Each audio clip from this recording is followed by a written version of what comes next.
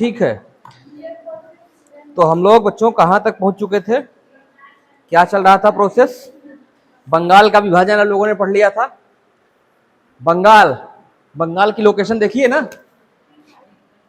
Location बहुत जरूरी है, आपको पता होना चाहिए।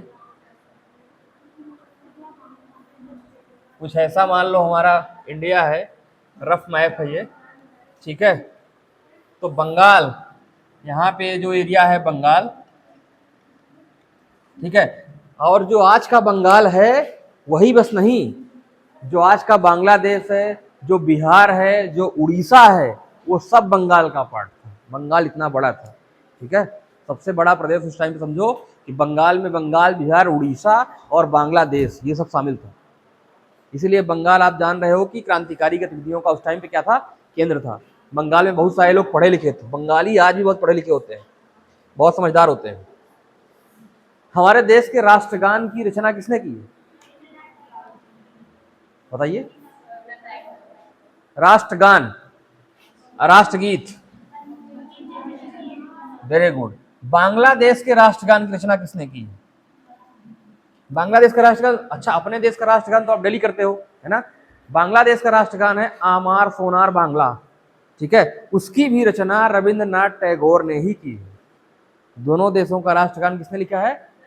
रविंद्रनाथ टैगोर। तो रविंद्रनाथ टैगोर बहुत बड़े एक तरह से लेखक थे, राइटर थे, बहुत बड़े चित्रकार भी थे, पेंटिंग भी करते थे बहुत अच्छी अच्छी, और बहुत सारी किताबें लिखी हैं। तो बंगाल विभाजन क्यों किया था अंग्रेजों ने, क्या वजह थी?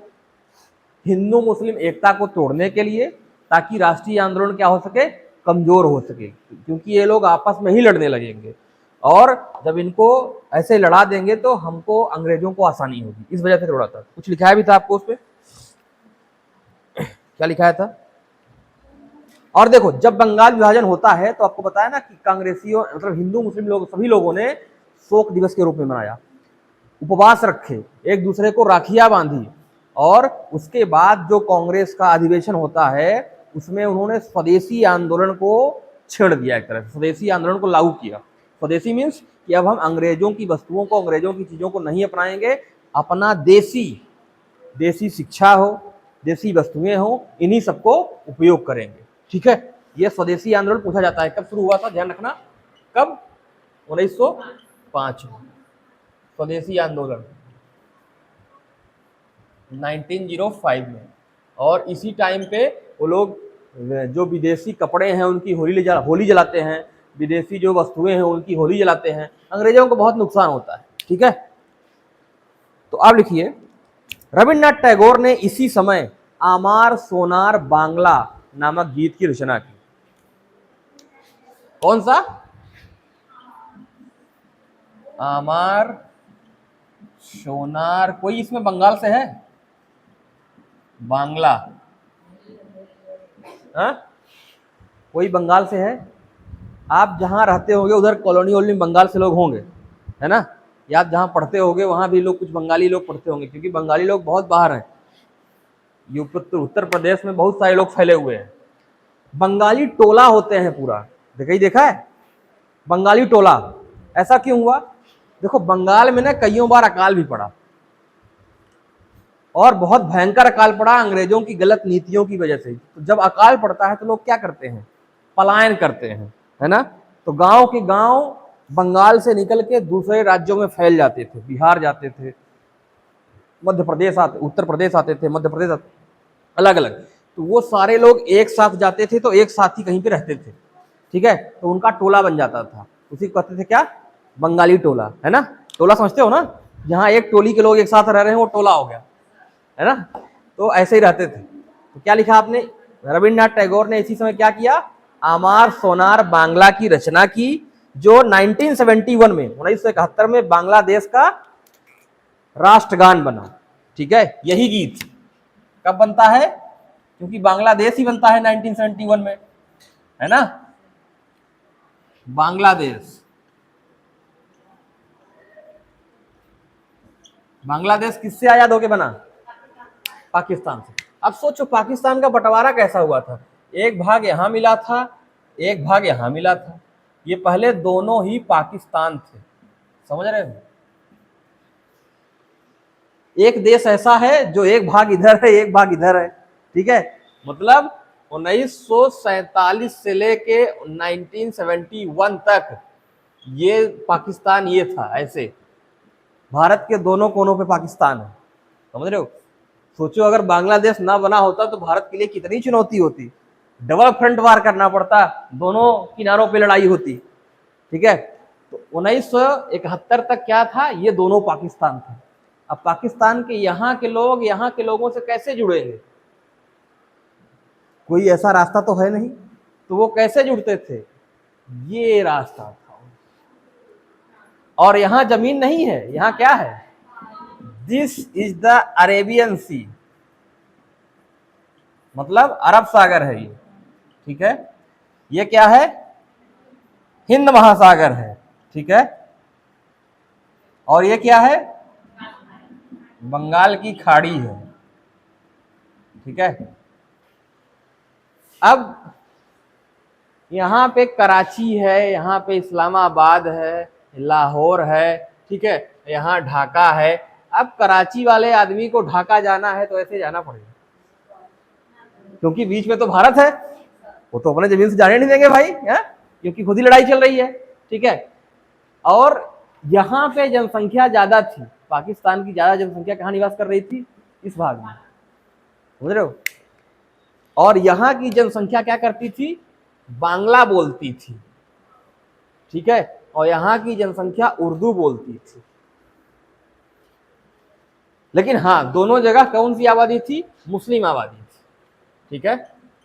इनका देश बना क्यों था, इसी आधार पे कि भाई हम मुस्लिम लोग हैं, हमको अलग देश चाहिए, ठीक है, धर्म के आधार पे।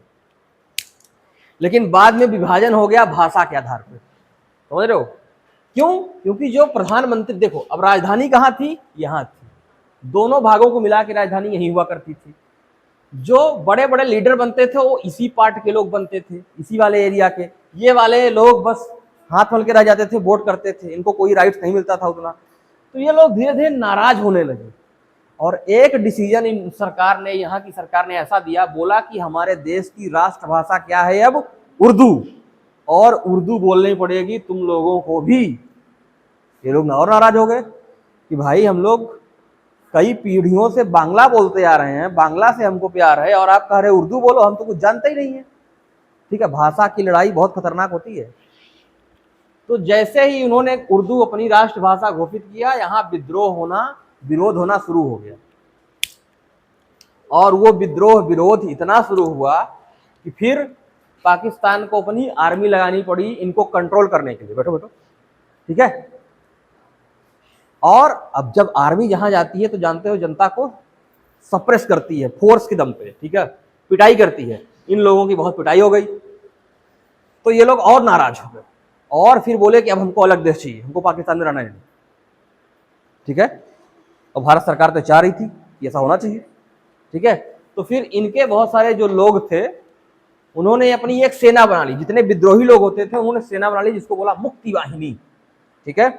और वो अब यहाँ पे मार चल रही है, बहुत मार चल रही है, यहाँ के लोगों को बहुत प्रताड़ित किया जा रहा है, बहुत ज्यादा। और भारत बगल में है, भारत का एक राज्य यहाँ पे है, इसका नाम है असम। और ये बंगाल तो है ही हमारा, है ना, दोनों जुड़ा हुआ है। अब बहुत सारे बांग्लादेशी भाग भाग के यहाँ आ रहे हैं हमारे देश में, क्यों, वहां उनकी पिटाई हो रही है। अब हमारे देश की सरकार परेशान है कि कितने लोगों को हम रखेंगे भाई, हा? हमारे पास खुद ही अपने इतने सारे लोग हैं, इनको खाना पीना रोजगार की व्यवस्था नहीं कर पा रहे हैं, ये बाहर ही चले जा रहे हैं, घुसे चले जा रहे हैं, घुसे चले जा रहे हैं। उस टाइम पे सरकार किसकी थी, इंदिरा गांधी की। इंदिरा गांधी देश की प्रधानमंत्री थी। उन्होंने कहा था इनका कुछ तो, आइए आइए खड़े हो जाओ सरकार के। अच्छा है कि वहाँ जो प्रोसेस है ऑफिस में, पहले रजिस्ट्रेशन होता है, फिर उसके बाद एडमिशन होता है। वो बताया हूँ, तो हाँ, बता दिया। तो एडमिशन के लिए जिसके पास जो मोबाइल लाए हो उस पर OTP आएगा। तो अभी खाली हो जाएंगे 10 मिनट में, या आप दो चर्चा करके आप लोग जाएंगे, 10 बुलाए हैं वो वहाँ पे। ठीक है, ठीक है, ठीक ठीक है ना, तीनों को ठीक, खाली रहे। ओके ओके, ठीक है। तुम लोगों को पता है ना, आपस में जब खाली रहा करो तो चला जाया करो। तो देखो अब क्या हुआ कि इंडिया की सरकार ने कहा कि हम ऐसे रह नहीं पाएंगे, क्योंकि सारे बांग्लादेशी तो हमारे देश में चले आ रहे हैं, तो हमको क्या करना पड़ेगा, कुछ ना कुछ एक्शन लेना पड़ेगा। तो उनकी जो सेना थी, जिसको बोल रहे थे मुक्ति वाहिनी, वो सेना किसकी थी, विद्रोहियों की थी, जो विद्रोह कर रहे थे पाकिस्तानी आर्मी के खिलाफ। उनको ट्रेनिंग देना शुरू कर दिया इंडियन आर्मी ने, तुम लोगों को ट्रेनिंग लो, हथियार लो और मारो किसको, पाकिस्तानी सेना को। और बाद में जब ऐसा देखा किसने, पाकिस्तान की सेना ने, कि भारत की सेना सपोर्ट कर रही है उनको, तो उन्होंने भारत पे ही अटैक कर दिया। ठीक है, तो भारत को तो बस इसी दिन का इंतजार था कि एक बार हम हमला करें, फिर इनको हम बताते हैं। तो फिर 96,000 सैनिक पाकिस्तान के इस भाग में एक्टिव थे। ठीक है, अब इंडियन आर्मी एक्टिव हो गई और उन्होंने पाकिस्तानियों को पिटाई करना शुरू कर दी इधर। ठीक है, और यहाँ एक इनका छोटा सा पनडुब्बी था, जिसको बोलते हैं INS गाजी या PNS गाजी नाम था, INS में PNS गाजी। ठीक है, ये कहाँ से आया था, यहाँ से। पनडुब्बी समझते हो क्या काम करता है, पानी के नीचे नीचे रहता है और वहीं से मिसाइल छोड़ता है। ठीक है, तो PNS गाजी को यहाँ उन्होंने डुबो दिया और बाद में ये 96,000 सैनिक पाकिस्तान के भारत सरकार के सामने सरेंडर कर दिए। समझ रहे हो, अपने बंदूक हथियार डाल दिए। और उस टाइम पे कमांडर, उस टाइम पे इस भाग का लीड कौन कर रहा था, एक थे देवेंद्र सिंह अरोड़ा नाम के जनरल थे। ठीक है, इंडिया के, उनके चरणों में पाकिस्तानी सेना ने हथियार रख दिए कि प्लीज अब मार नहीं सह पाएंगे, बहुत मार हो गई, और बांग्लादेश आजाद हो गया 1971 में, एक नया देश बन गया। ठीक है, और वो कौन थे देश बनाने वाले, जो लीड कर रहे थे उस सेना को, मुक्ति वाहिनी को, समझ रहे हो, जियाउर रहमान, जो शेख हसीना के पापा हैं। शेख हसीना का नाम सुना है, शेख हसीना अभी इसके पहले बांग्लादेश की प्रधानमंत्री थी। अभी कौन है, अभी कौन है बांग्लादेश का हेड ऑफ द स्टेट, वो एक नोबेल पीस प्राइज विनर आदमी है वो, जिनको मिला हुआ है। इकोनॉमिक्स के क्षेत्र में गरीबी मिटाने के लिए बहुत काम किया उन्होंने। बांग्लादेश के जो अभी हेड ऑफ द स्टेट हैं, एक तरह से गार्जियन है। अभी बांग्लादेश में क्या हुआ है, आप लोगों को पता चला कि बांग्लादेश में शेख हसीना की सरकार को स्टूडेंट्स ने उखाड़ के फेंक दिया। छात्र आंदोलन इतना हुआ था, मतलब पूरे देश के स्टूडेंट्स इकट्ठा हो गए, यूथ, और बांग्लादेश की प्रधानमंत्री थी शेख हसीना, उनको देश छोड़ के भागना पड़ा, वो इंडिया में रह रही हैं। स्टूडेंट्स में ये पावर होती है कि सरकार बदल देते हैं। एक्चुअल में शेख हसीना की सरकार से कई सारी वहां समस्याएं चल रही थी। ठीक है, तो स्टूडेंट्स बहुत नाराज थे और उन स्टूडेंट्स को ऑर्गेनाइज कर दिया किसने, जो अभी वहां पे हेड हैं गवर्नमेंट के। ठीक है, बूढ़े बुजुर्ग आदमी हैं, उनके नेतृत्व में बांग्लादेश की स्टूडेंट्स ने सरकार को हटा दिया। इतना खतरनाक विद्रोह किया, शेख हसीना को रातों रात बांग्लादेश छोड़ के भागना पड़ा और भारत में रह रही हूं। और उन्हीं के पापा थे जिन्होंने बांग्लादेश बनाया था, शेख हसीना की, समझ रहे हो। हालांकि उनकी पूरी फैमिली को मार दिया गया था, शेख हसीना बच गई थी और उनकी बहन बच गई थी। क्यों, क्योंकि वो बांग्लादेश में थी नहीं। बाद में यहाँ पे मिलिट्री, जैसे बांग्लादेश बना, इसके बाद मिलिट्री ने कू कर दिया। मिलिट्री ने मतलब तख्ता पलट कर दिया। ऐसा होता ना कि इनको हटा के भगाओ, हम रूल करेंगे। पाकिस्तान और बांग्लादेश में बहुत होता है ऐसा। तो जो बनाने वाले थे उनको सबको उनके घर में घुस के गोली मार दिया और ये दोनों बच्चियां बच गई, शेख हसीना और इसकी बहन। क्यों, क्योंकि ये अमेरिका में पढ़ाई कर रही थी। बहुत दिनों तक ये आई नहीं बांग्लादेश, जब तक मिलिट्री का रूल था। जब मिलिट्री का रूल हटा, डेमोक्रेसी आई, चुनाव हुआ, तब ये दोनों अमेरिका से आई और चुनाव लड़ गई डायरेक्ट और प्रधानमंत्री बन गई। दोनों क्या, शेख हसीना ही। ठीक है, तो उन्होंने ही रूल किया है। 2 महिलाएं थीं लगातार जो बांग्लादेश को 71 से लेकर अब तक रूल की। एक थी खालिदा जिया, एक थी शेख हसीना, समझ रहे हो। तो आपके बगल में महिलाओं का ही नेतृत्व रहा है और भारत में एकमात्र महिला प्रधानमंत्री हुई अब तक, कौन, इंदिरा गांधी। ठीक है, तो क्या लिखा आप लोगों ने, बताइए जरा। ठीक है, रविन्द्रनाथ टैगोर को उनके गीतों के संकलन, रविन्द्रनाथ टैगोर को भी नोबेल प्राइज मिला था। किसके लिए, कौन सी रचना थी, गीतांजलि। तो लिखो, रविन्द्रनाथ टैगोर को उनके गीतों के संकलन गीतांजलि के लिए साहित्य का नोबेल मिला था। कब मिला था, 1913 में। ठीक है, गीतों का संकलन है क्या? गीतांजलि। अब देखिए, बंगाल विभाजन के विरोध में, बंगाल विभाजन के विरोध में शुरू हुए स्वदेशी आंदोलन में, स्वदेशी आंदोलन शुरू हो गया उस टाइम पे, ठीक है, शुरू हुए स्वदेशी आंदोलन में जमींदार, शहरी,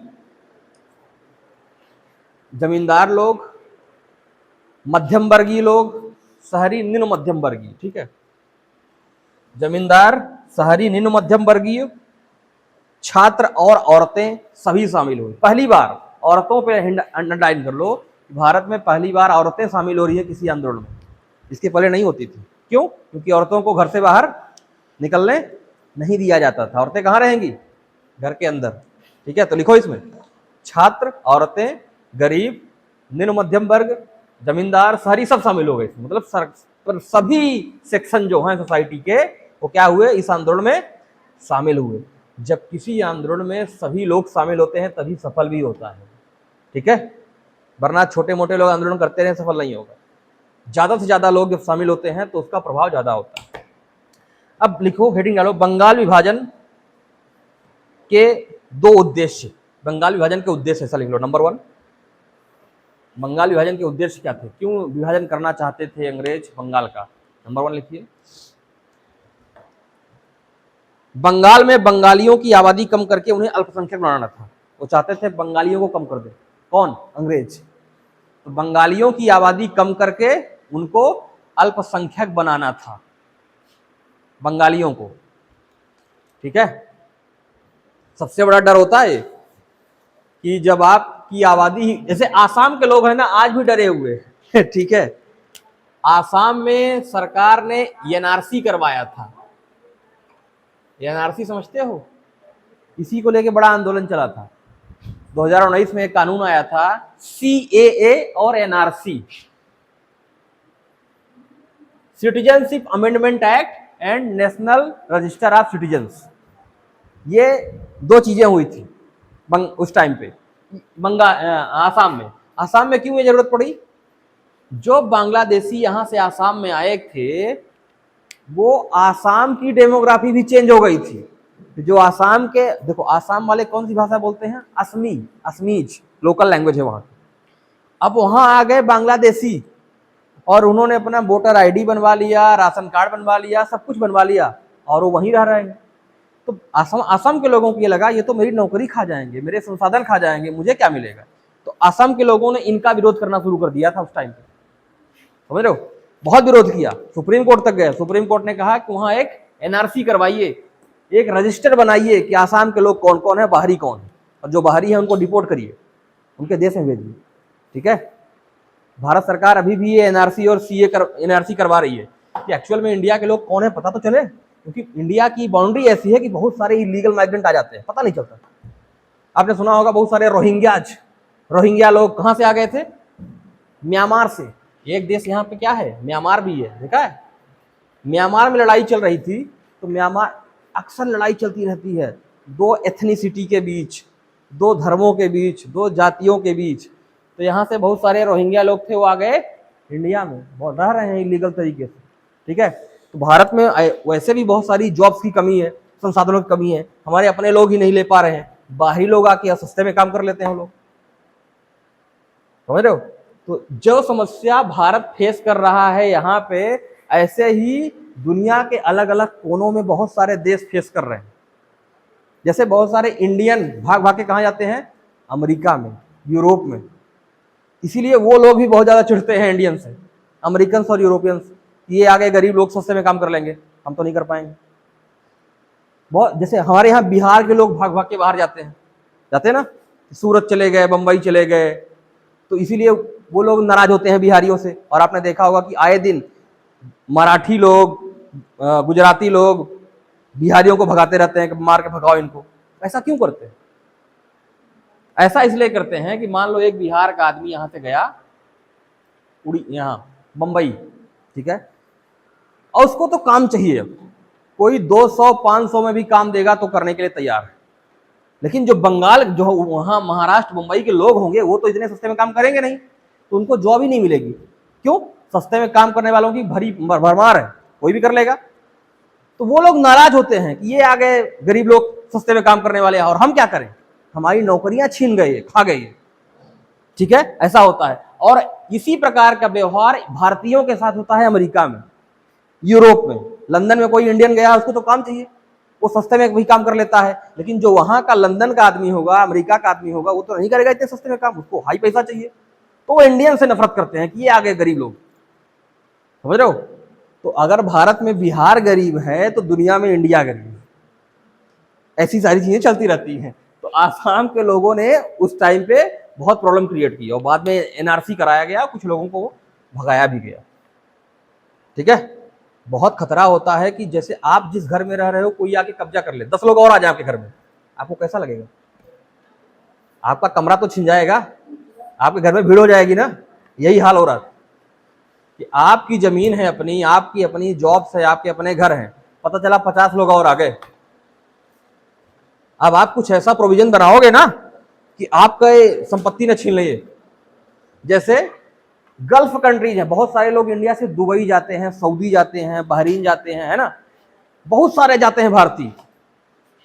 और कई देशों में तो उनकी जनसंख्या से ज्यादा भारतीय हैं। मैं बताता हूं आपको कुवैत के बारे में। कुवैत का नाम सुना है? बहरीन के बारे में।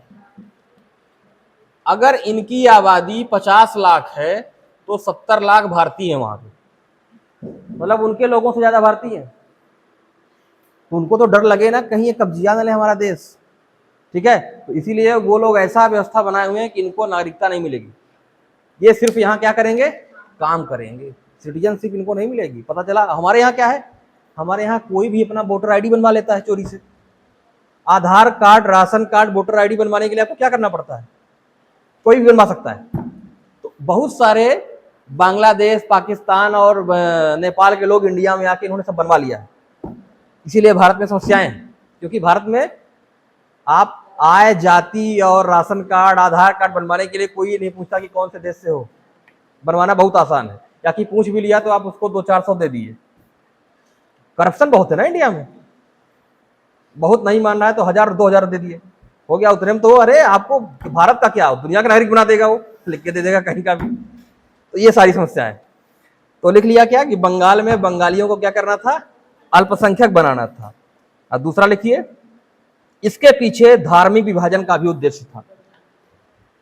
धार्मिक विभाजन का भी उद्देश्य था। धार्मिक विभाजन मीन्स, धार्मिक विभाजन का मतलब है कि हिंदू मुस्लिम में बांट दो ताकि ये क्या करें, लड़ने लगे। ठीक है,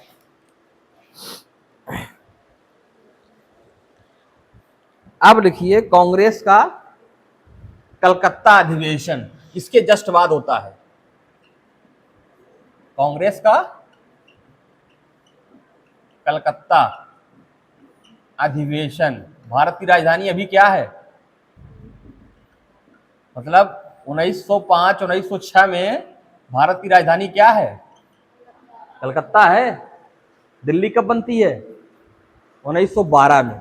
ठीक है, 1912 के पहले तक राजधानी क्या है, कलकत्ता है। तो समझ लो उस टाइम पे देश की राजधानी में कांग्रेस का अधिवेशन हो रहा है। ठीक है, तो लिखो इसमें। अब देखो, हमने पहले ही पढ़ा है कि उदारवादी, उग्रवादी, कांग्रेस में दोनों लोग हैं और दोनों में लगातार पावर स्ट्रगल चल रहा है, संघर्ष चल रहा है। किस बात का संघर्ष, कि कौन बनेगा कांग्रेस का अध्यक्ष, कांग्रेस किसकी मुट्ठी में होगी। मतलब एक पार्टी है जिसमें दो ग्रुप हैं, दो गुट हैं, दोनों लड़ रहे हैं। 1906 के अधिवेशन में भी लड़ाई तेज हो गई, किसके बीच, उदारवादियों और उग्रवादियों के बीच, कि हमारे गुट का अध्यक्ष बनेगा, हमारे गुट का अध्यक्ष बनेगा। लेकिन सफल नहीं हो पाए, कौन, उग्रवादी। जीता कौन, उदारवादी। ठीक है, तो लिखो लिखिए, 1906 में कलकत्ता में आयोजित कांग्रेस के अधिवेशन में अध्यक्ष पद को लेकर उदारवादियों और उग्रवादियों के बीच विवाद उत्पन्न हो गया। और जब विवाद उत्पन्न होता है तो सुलझाता कौन है, बताइए। आपके घर में अगर विवाद हो गया, आपके चाचा और पापा और चाचा लोग लड़ रहे हैं, कौन सुलझाता है, दादा, है ना। तो फिर यहां भी दादा आ गए, कौन, दादा भाई नौरोजी। ठीक है, तो वो कहे कि बच्चों लड़ो मत लड़ो मत लड़ो मत, दादाजी हैं अभी, अध्यक्ष हमें बना दो, तुम लोगों को लड़ने की जरूरत नहीं है। ठीक है, तो लिखिए, लेकिन दादा भाई नौरोजी को अध्यक्ष के लिए चुनकर विवाद को समाप्त किया गया। दादा भाई नौरोजी को क्या कर लिया गया? अध्यक्ष बना दिया गया कि अभी दादा जिंदा है तो तुम कैसे लड़ रहे हो, हा? अध्यक्ष मुझे बनाओ। दादा बन गए अध्यक्ष। ठीक है, लिख लिया? ठीक है। और इसी अधिवेशन में पहली बार दादा भाई नौरोजी ने स्वराज्य शब्द का प्रयोग किया। स्वराज, देखो इसके पहले तक कांग्रेस ना स्वराज नहीं चाहती थी, देश में आजादी नहीं चाहती थी। क्या चाहती थी? होम रूल चाहती थी। ठीक है, अंग्रेजों से आजादी नहीं चाह रही थी वे लोग। लेकिन अब 1906 में पहली बार इन्होंने कहा कि हमको क्या चाहिए? स्वराज चाहिए। और बाल गंगाधर तिलक ने इसके बाद नारा दिया था कि स्वराज हमारा जन्मसिद्ध अधिकार है और हम इसे लेकर रहेंगे। ठीक है, तो स्वराज का मतलब कि अब हमको भाई सेल्फ रूल चाहिए, होम रूल नहीं चाहिए, हमको अपना शासन चाहिए अपने देश को, अंग्रेजों आप लोग छोड़ो। तो लिख लिया? तो अब आप जान रहे 1906 में थोड़ी मोड़ी लड़ाई तो हो ही गई थी, किसके बीच में? उदारवादी और उग्रवादियों के बीच में। अब ये लड़ाई बढ़ जाएगी अगले अधिवेशन में, हर साल होता था अधिवेशन। तो लिखिए, कांग्रेस का सूरत अधिवेशन 1907। सूरत, सूरत कहां है भाई? सूरत अधिवेशन 1907, या इसी को लिख लो कोष्टक में, कांग्रेस का विभाजन। सोचो, कांग्रेस का विभाजन, लड़ाई इतनी बढ़ गई कि कांग्रेस में क्या हो गया? उदारवादी और उग्रवादियों में ब्रेकअप हो गया कि बोला कि अब साथ में नहीं रहेंगे। ठीक है, बहुत हो गया। तो लिखिए, 1907 में सूरत में आयोजित कांग्रेस की अधिवेशन में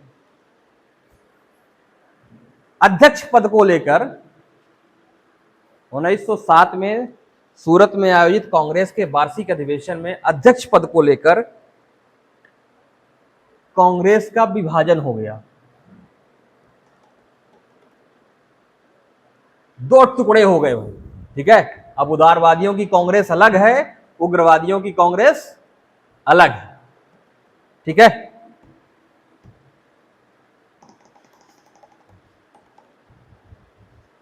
इसमें भी एक्चुअल में हर अधिवेशन में इसमें भी क्या कर रहे थे? जो उग्रवादी लोग थे वो अपना अध्यक्ष बनाना चाहते थे, उदारवादी लोग अपना अध्यक्ष बनाना चाहते थे। उग्रवादी बनाना चाहते थे लाला लाजपत राय को। ठीक है, और उदारवादियों के अपने अलग नेता थे। लेकिन बाद में बोले अब उग्रवादी कब तक सहेंगे कि हर बार मैं अपना अध्यक्ष खड़ा करता हूं, मेरा अध्यक्ष बन ही नहीं पाता है। तो बोले मतलब तुम लोग हमको नहीं चाहते हो। ठीक है, तो इसलिए हम लोग क्या हो जाएंगे? अलग हो जाएंगे, अपना रास्ता अलग बनाएंगे, है ना। उन्होंने ऐसा कहा कि तुम हमको न चाहो तो कोई बात नहीं, मगर तुम किसी और को चाहोगे तो ये मुश्किल होगी। ठीक है, तो हमको नहीं बनने दे रहे हो, किसी और को ही बना रहे हो बार बार, तो ये समस्या, ये ठीक नहीं है। तो आगे लिखिए, उग्रवादी जहां लाला लाजपत राय को कांग्रेस के सूरत अधिवेशन का अध्यक्ष बनाना चाहते थे, उग्रवादी जहां लाला लाजपत राय को कांग्रेस के सूरत अधिवेशन का अध्यक्ष बनाना चाहते थे, वहीं उदारवादी रास बिहारी बोस को बनाना चाहते थे। किसको भाई? रास बिहारी बोस को। और जीता कौन बाद में? कौन जीतेगा? रास बिहारी बोस। हमेशा उदारवादी जीतेंगे। ठीक है, इसीलिए तो उग्रवादी नाराज हो गए कि हमारा आदमी कब जीतेगा।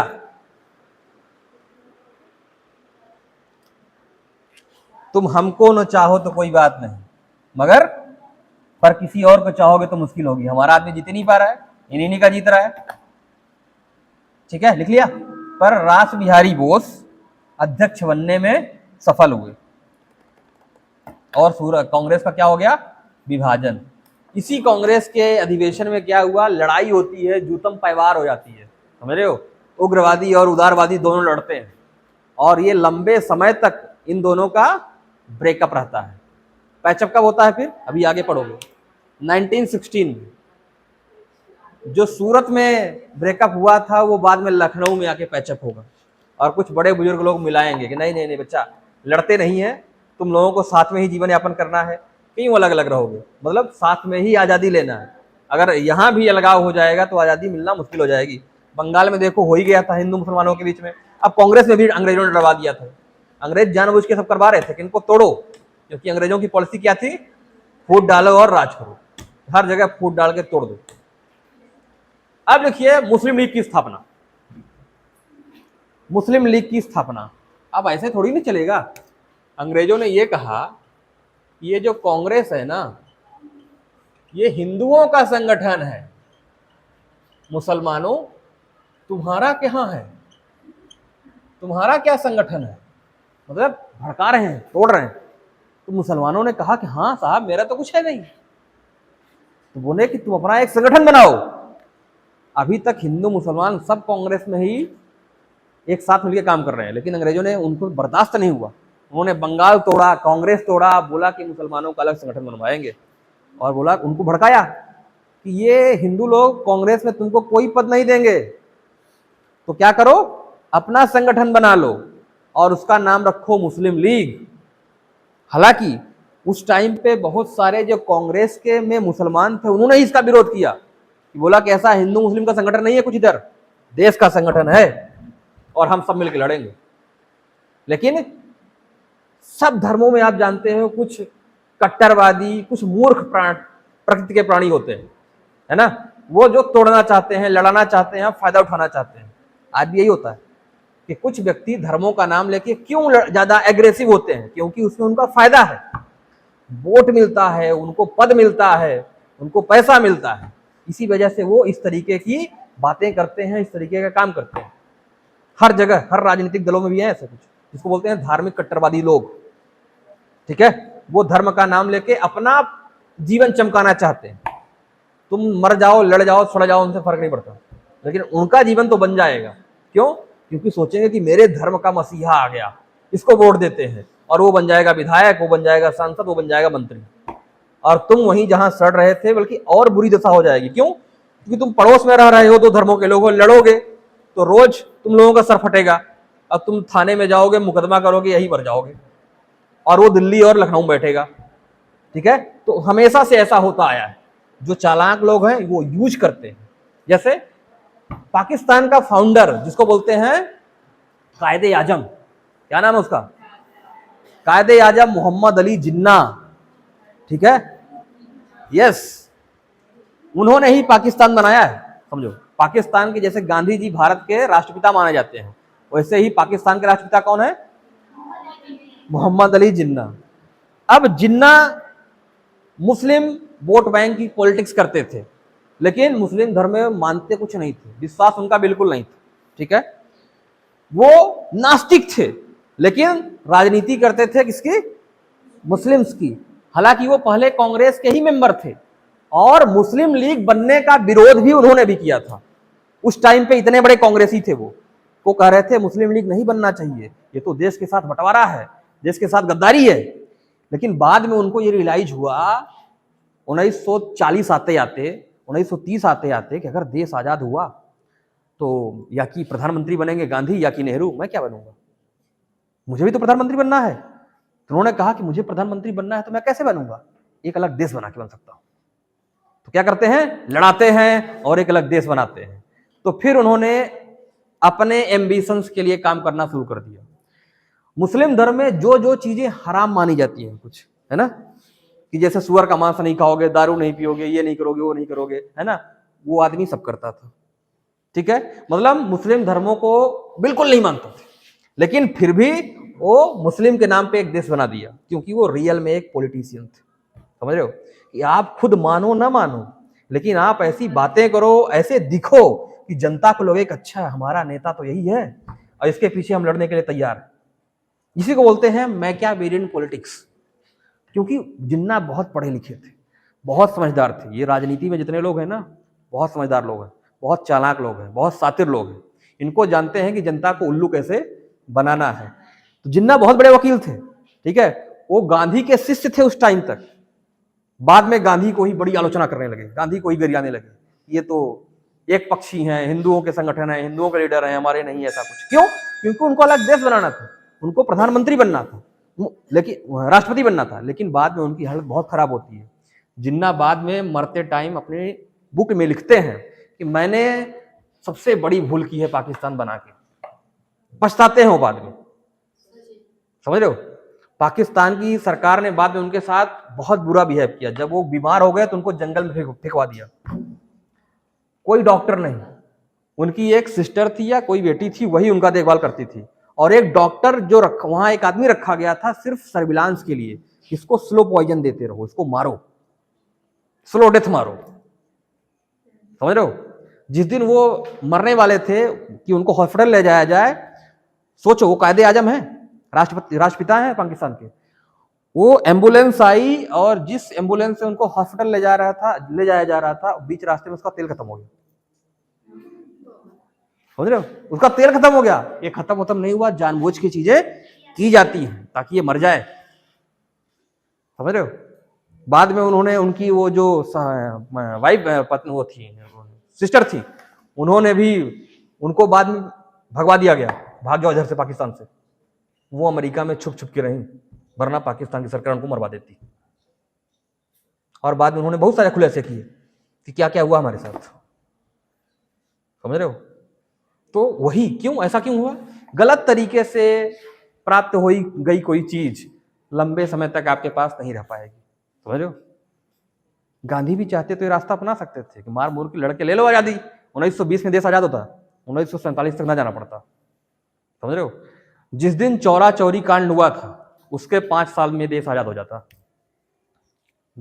लेकिन गांधी ने कहा कि ये रास्ता नहीं अपनाना है। रास्ता कैसा अपनाना है, अहिंसात्मक परमानेंट पीस वाला, कि देश 80 साल हो जाए, 90 साल हो जाए, 1000 साल हो जाए, दोबारा ऐसी कंडीशन नहीं आनी चाहिए। भारत में ऐसी कंडीशन कभी आई नहीं आ सकती, ठीक है। भारत में समस्याएं हैं, नो डाउट, बहुत आइडियल नहीं है, लेकिन फिर भी पाकिस्तान जैसी हालत तो नहीं है ना, ठीक है।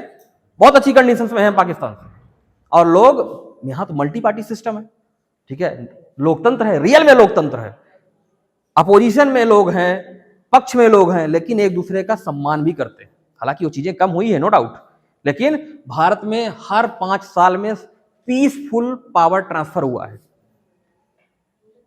भारत में कोई ऐसी सरकार अब तक नहीं रही कि जो हारने पे मना कर देगी, नहीं हमारे नहीं है, गलत हुआ है मेरे साथ। वो शांतिपूर्ण तरीके से सत्ता छोड़ देते कि हाँ मैं हार गया, प्लीज आप आइए। ये होती है रियल डेमोक्रेसी। पाकिस्तान में कोई भी सरकार सत्ता ही नहीं छोड़ती, एक बार जो बन गया ना, कहता है हम जाएंगे नहीं, हमारे यहाँ तो क्या हुआ, हम नहीं जाएंगे। तो फिर वहां मिलिट्री को आना पड़ता है, और मिलिट्री कहती अब मैं भगाऊंगा, और सबको भगा के मिलिट्री कहती अब मैं बैठ जाऊंगा, अब मैं नहीं जाऊंगा। तो फिर जनता को लड़ना पड़ता है कि अब इनको भगाओ भाई। तो ये भागम भाग वहां चल ही रहा है, ठीक है। इंडिया में ऐसी कंडीशन नहीं है। भारत में जो हारता है वो मान लेता है कि हम हार गए, आप जीते। देखो अभी मोदी जी प्रधानमंत्री बने, कैसे बने। मनमोहन सिंह इसके पहले 10 साल थे। मनमोहन सिंह की जिस दिन सरकार गई या कांग्रेस हारी, मोदी जी उनके घर गए मिलने, और उन्होंने मोदी जी को बधाई दी कि अरे ठीक है आप चलाइए देश, चलाइए, बहुत अच्छा करिए, आप जिस रास्ते पे मैं ले जा रहा हूं आप और आगे ले जाइए। अब मोदी जिस दिन हारेंगे कोई दूसरा आएगा, वो भी कहेगा कि आप बैठिए, अब मैं जा रहा हूं ठीक है। तो ये चीजें चलती रहनी चाहिए, यही एक स्वस्थ लोकतंत्र की निशानी। चलो आगे चलते, जरा बंद करिए।